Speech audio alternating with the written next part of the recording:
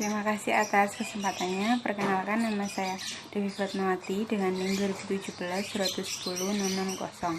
Di sini saya akan menjelaskan tentang penelitian saya yang berjudul yaitu pengaruh persepsi manfaat, persepsi kemudahan penggunaan, dan sistem kepercayaan terhadap keinginan untuk menggunakan OVO di Surabaya.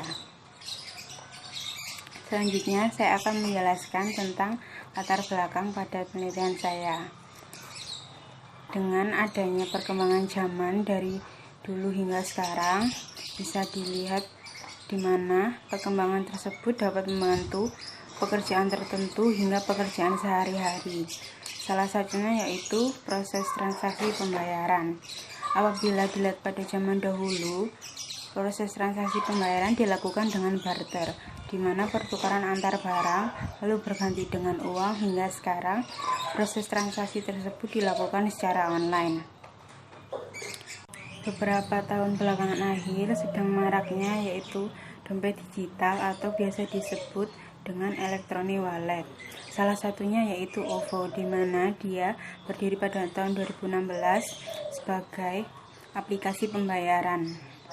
Dengan dompet digital, banyak masyarakat yang dapat dipengaruhi dalam proses transaksinya.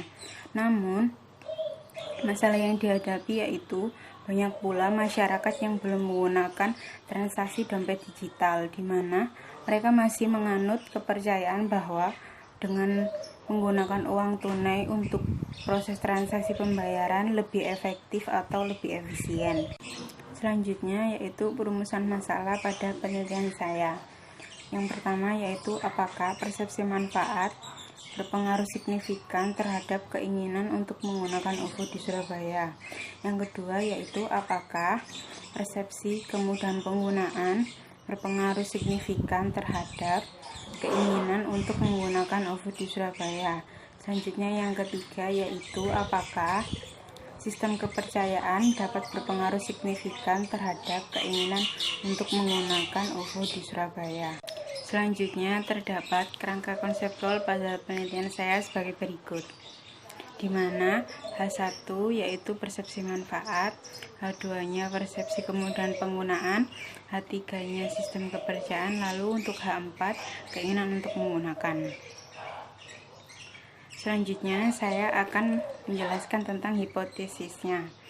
Yang pertama untuk H1 yaitu terdapat pengaruh signifikan positif pada persepsi manfaat terhadap keinginan untuk menggunakan OVO di Surabaya. Untuk H2-nya terdapat pengaruh signifikan positif untuk keinginan menggunakan OVO di Surabaya. Untuk H3 terdapat pengaruh signifikan positif terhadap keinginan untuk menggunakan OVO di Surabaya. Untuk H4 terdapat pengaruh signifikan positif antara variabel persepsi manfaat, persepsi kemudahan penggunaan, sistem kepercayaan untuk keinginan menggunakan OVO di Surabaya. Selanjutnya saya akan menjelaskan tentang variabel penelitian, di mana variabel penelitian pada penelitian saya terdapat dua, yaitu independen dan dependen. Untuk variabel independennya yaitu ada tiga: persepsi manfaat, persepsi kemudahan penggunaan, dan sistem kepercayaan. Sedangkan variabel dependennya yaitu keinginan untuk menggunakan OVO di Surabaya. Selanjutnya yaitu populasi, sampel, dan teknik pengambilan sampel. Untuk populasi pada penelitian ini yaitu masyarakat yang belum menggunakan OVO. Selanjutnya yaitu sampel. Sampel sendiri digunakan sebagai peneliti untuk alat pengukur pada penelitian yang akan diteliti. Sampel yang akan digunakan diperkirakan sebanyak 100 responden, khususnya masyarakat yang belum menggunakan OVO di Surabaya. Selanjutnya teknik pengambilan sampel. Yang digunakan pada penelitian ini yaitu purposive sampling, di mana penelitian sekarang mengambil sampel dengan syarat yang sudah ditentukan. Syarat-syarat tersebut meliputi berjenis kelamin perempuan dan laki-laki, berusia minimal 19 tahun, dan masyarakat yang belum menggunakan OVO khususnya di Surabaya.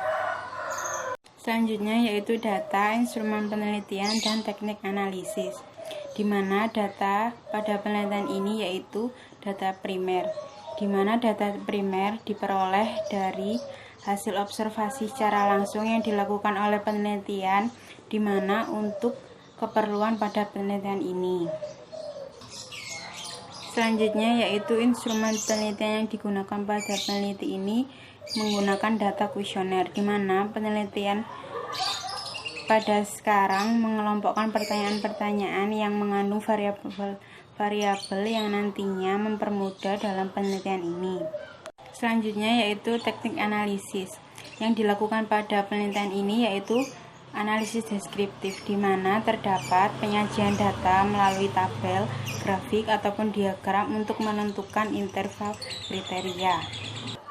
Selanjutnya yaitu analisis statistika, di mana untuk mengetahui terdapatnya hubungan antar variabel bebas dengan variabel terikat pada penelitian ini. Sekian presentasi dari saya. Terima kasih.